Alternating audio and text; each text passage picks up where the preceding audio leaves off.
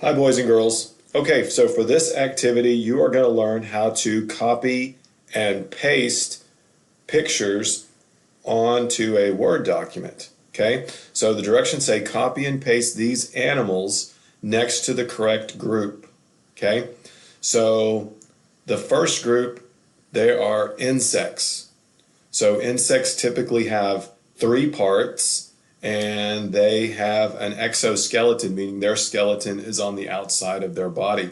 So we're going to look for skeletons and we're going to copy and paste them right here in these squares next to insects.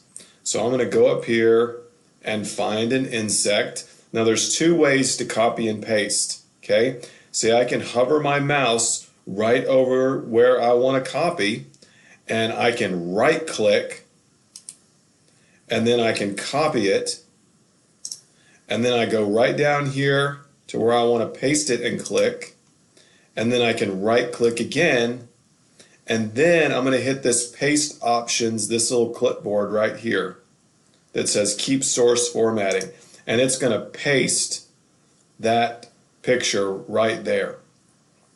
Now there's another way to do this as well.